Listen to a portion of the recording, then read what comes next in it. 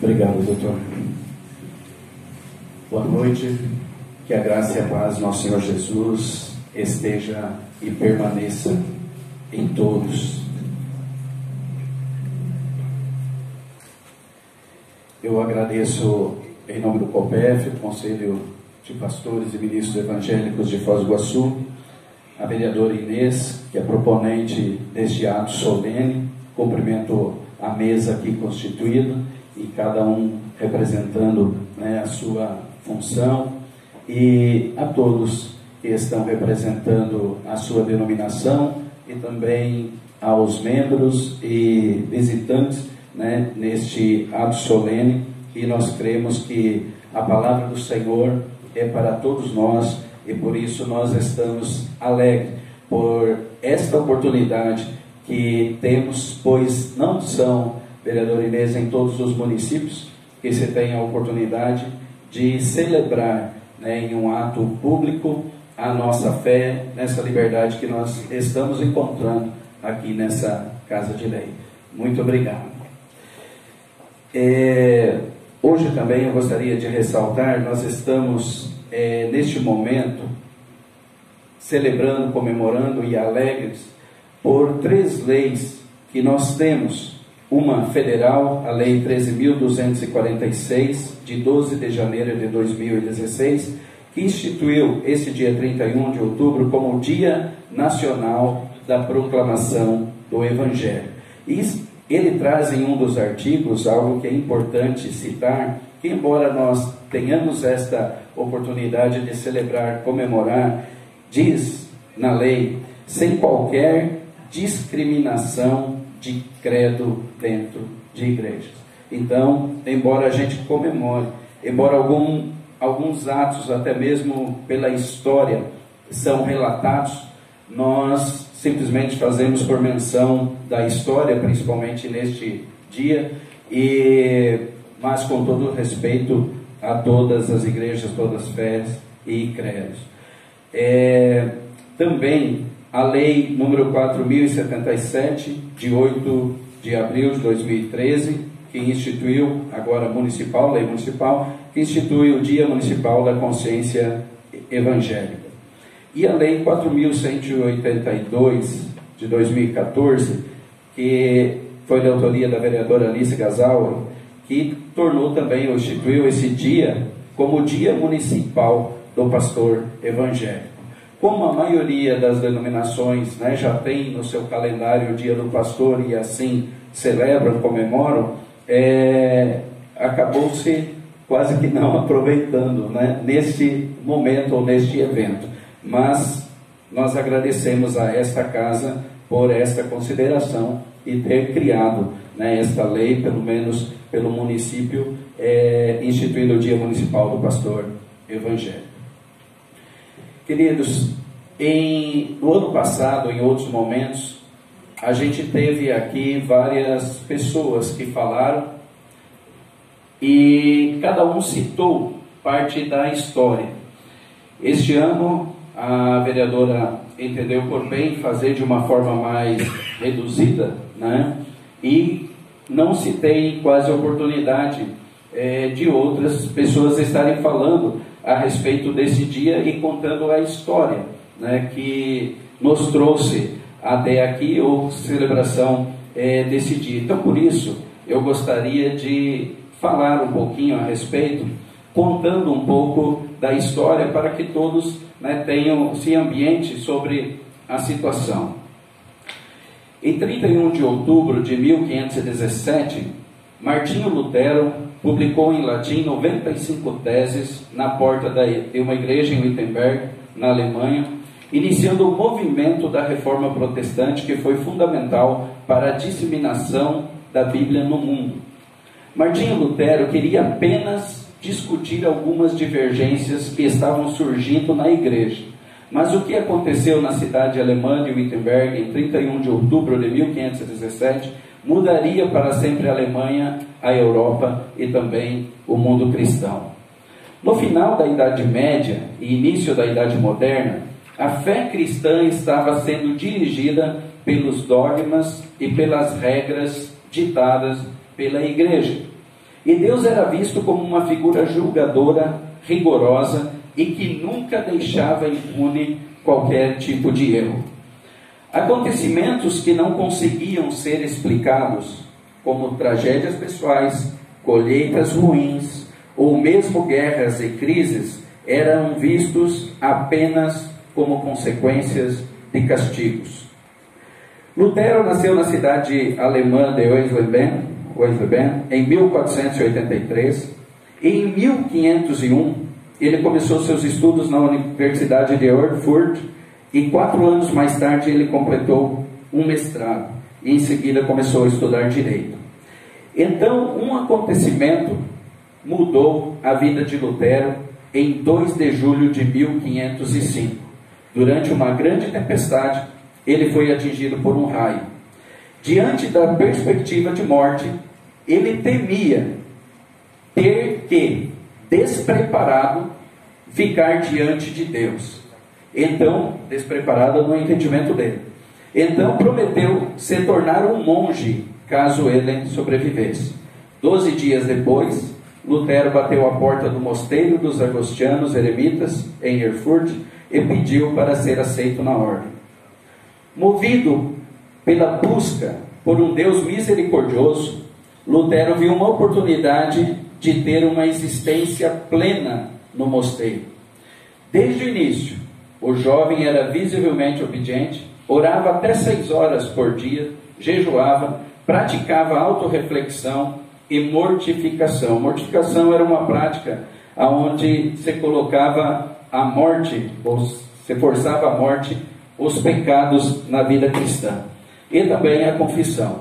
Mais tarde Lutero disse: se alguma vez alguém conseguiu entrar no céu por ser um monge, eu quis fazer isso também.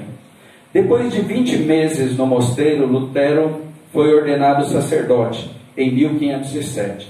O ensino teológico estava no centro dos seus estudos e ele se dedicou a isso com zelo. Em 1510, Lutero foi enviado a Roma pela ordem augustiana para tratar de negócio, uma viagem que marcou a sua vida. A Cúria enfrentava graves problemas financeiros devido à custosa construção da Basílica de São Pedro. Para arrecadar dinheiro, os líderes introduziram a prática da venda de indulgências, alegando que as pessoas poderiam alcançar o perdão por seus pecados, fazendo boas ações ou pagando a igreja. Os valores foram estabelecidos de acordo com a renda dos fiéis, e mesmo aqueles que já haviam morrido poderiam supostamente ser resgatados do purgatório se seus parentes desembolsassem algumas moedas. Não demoraria muito para que Lutero lançasse uma visão crítica sobre a prática que havia testemunhado. Em razão disso, das suas 95 teses, a tese de número 27 diz assim: pregam doutrina humanas os que dizem que tão logo tilintar a moeda lançada na caixa, a alma sairá voando do purgatório para o céu. Então ele está dizendo: pregam doutrina aqueles que estão falando que tão logo se escute o barulho, da moeda lançado no caixa, que essa alma sairia do purgatório para o céu. Isso está na tese número 27 dele. Em 1512, Lutero, já muito respeitado por seus colegas e superiores, concluiu um doutorado em teologia e se tornou professor da Universidade de Wittenberg.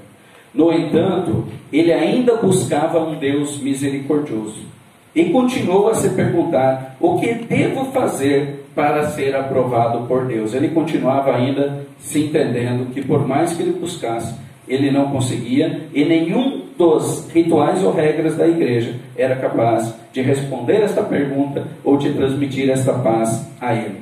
Lutero continuou a ler fervorosamente a Bíblia e ficou particularmente comovido com a carta do apóstolo Paulo, que foi escrita à antiga Roma, onde leu sobre a justificação pelo sangue de Jesus Cristo.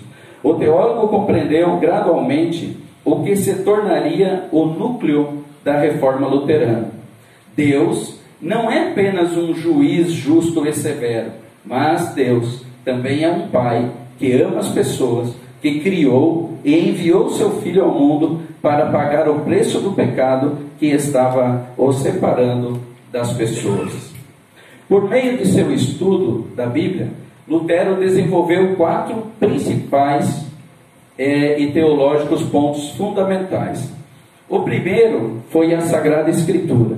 Ele viu a Bíblia como a única referência da verdade, enquanto que a igreja também se baseava em textos adicionais e escritos também pelo Papa e pelo Sínodo. Em segundo pilar, que é a salvação, que só vem por meio da graça. E essa graça de Deus e não por boas ações. Essa crença, então, tornava a venda de indulgências obsoleta. Em terceiro, Lutero concluiu que Jesus Cristo, através da sua morte, pagou a pena por todos os pecados e é a única ponte entre homens e Deus. E o quarto pilar, Lutero acreditava que as pessoas são salvas somente pela fé. A vida cristã é inteiramente baseada na fé, ele afirmou. Pela fé, Cristo vive em nós. Pela fé em Cristo, a justiça de Cristo se torna nossa justiça e o que é dele passa a ser nosso. Esses 4 pilares sustentam a igreja cristã, que são a graça, a palavra, Jesus Cristo, a fé. E por consequência disso, então, glória somente a Deus, pois tudo vem dele. Então se tornou conhecido os 5 solas: sola fide, somente a fé; solus Christus, somente Cristo; sola Escritura, somente a Escritura; sola gratia, somente a graça; soli Deo gloria, somente a Deus a glória. Essas crenças revolucionaram a relação entre os seres humanos e Deus, percebendo que qualquer pessoa seria aceita por Deus pela graça e pela fé, elas teriam a condição, a oportunidade de se aproximar de Deus. Consequentemente, a igreja perdeu, com os ensinos de Lutero, perdeu poder com os ensinos de Lutero, e as hierarquias delas começaram a se ruir.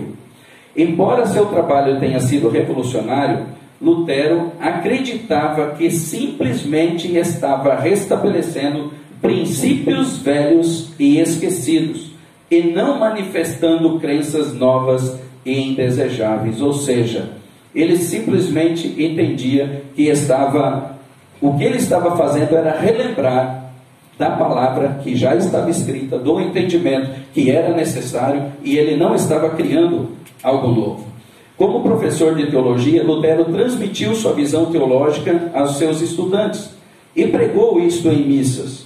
No começo, ele passou despercebido, mas ele estava determinado a corrigir a teologia não bíblica da igreja e iniciar um retorno à origem da fé cristã. Acima de tudo, ele queria colocar fim à venda de indulgências, que tinha se tornado uma prática comum na Alemanha. Em outubro de 1517, Lutero organizou um debate sobre a prática de vender indulgências, e ninguém compareceu nesse debate. Então ele resolveu enviar suas teses diretamente ao arcebispo Alberto de Brandeburgo, e ao mesmo tempo ele fixou as 95 teses na porta da igreja de Todos os Santos em Wittenberg, que serviu como uma espécie de outdoor da época. O movimento desencadeou um debate que abalou os alicerces da igreja. Com a ajuda de uma imprensa ainda relativamente nova, Lutero foi capaz de espalhar a sua mensagem de forma rápida.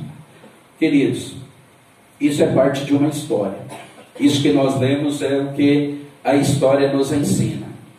Mas tirando Lutero, nós vamos ver que muitos outros, principalmente os apóstolos, principalmente os discípulos do Senhor Jesus, sofreram, pagaram um preço alto com a sua própria vida, pregando, anunciando, proclamando a mensagem que nós chamamos de Evangelho, que são as boas novas. Na tradução do Evangelho em si, significa as boas novas de salvação.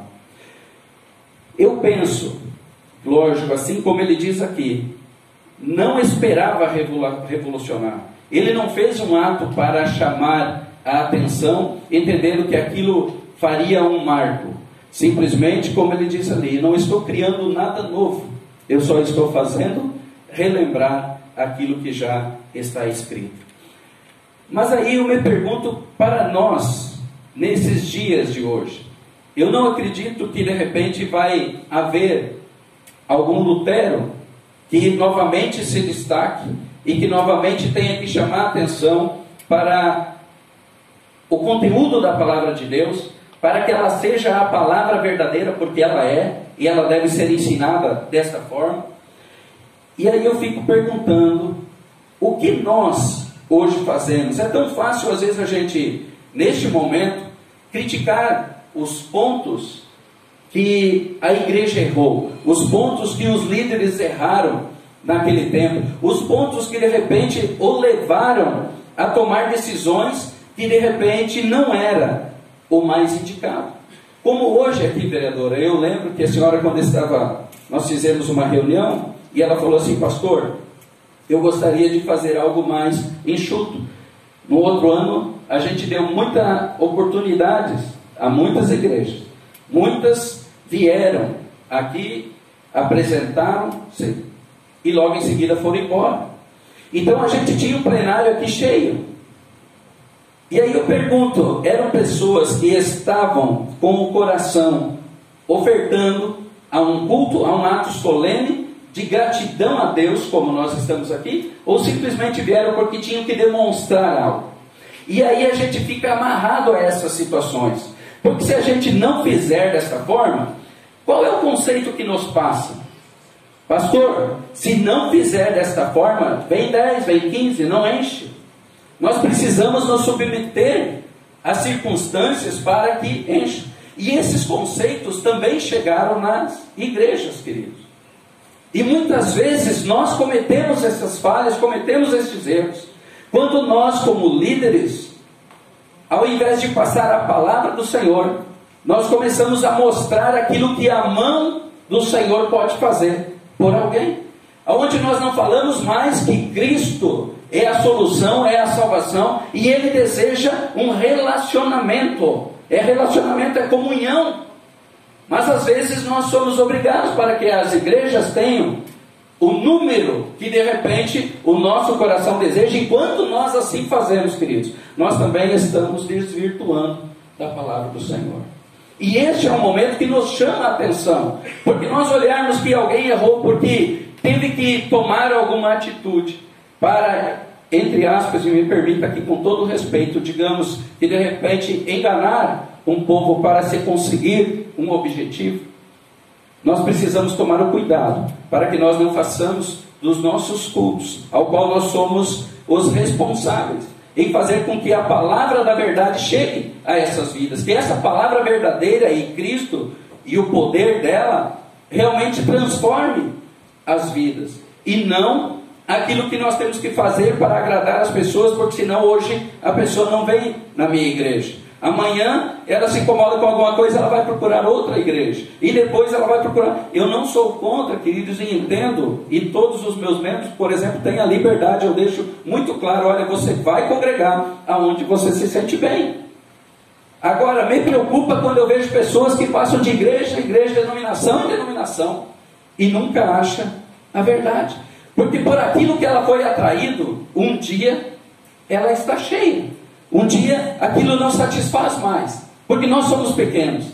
Mas quando nós apresentamos a Cristo Jesus, quando nós apresentamos a Deus, quando nós levamos essas pessoas para o verdadeiro Evangelho, nós temos a certeza que a plenitude de Deus é muito grande, e essa pessoa vai estar sempre buscando. Só que tem uma situação: o Senhor, através do seu Espírito, consegue saciar essas vidas, coisa que nós não conseguimos. Nós podemos até, de modo artístico, de repente alegrar alguém, nós podemos de repente emocionar alguém, nós podemos de repente conduzir uma mensagem para que toque o coração de alguém.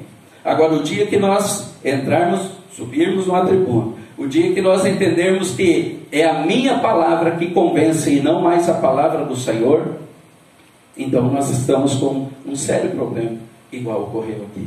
Por isso eu penso que neste momento é um momento da gente refletir. Que cada um dos senhores, das senhoras, pastores aqui estão, líderes, né, religiosos, que vocês tenham isso sempre em mente. Não troque o Evangelho, não troque a palavra do Senhor. Ah, mas se eu fizer isso eu vou estar com 2 ou 3, mas que seja com 2 ou 3 na verdade. Porque se hoje, de repente, isso se espalhou de uma forma que nós falamos assim, é incontrolável, eu fico pensando, será que nós não tivemos culpa nisso? Será que se a gente tivesse permanecido antes disso acontecer, nós teríamos mantido? Então é um momento realmente de reflexão. Eu digo isso, queridos, porque a gente vê assim, hoje tem países que a gente recebe informação, por exemplo, pelos missionários, falando assim, estamos lutando para ter a Bíblia traduzida no idioma deles. Em nosso país, nós temos a Bíblia em várias versões, para criança entender, para adolescente entender, para jovem entender, para mulher entender, para obreiro entender, para pastor entender, de todo tipo. Aqui nós estamos falando na história de um povo que não tinha acesso à Bíblia. Isso não era espalhado desta forma, cuidavam, não passavam à população. Hoje a população tem os seus meios, tem celular, tem tablet, tem em computadores, tem áudio, tem de todas as formas acesso. E aí eu pergunto, o que faz essas pessoas não terem a busca pelo conhecimento da palavra do Senhor? O que faz elas não lerem a palavra do Senhor?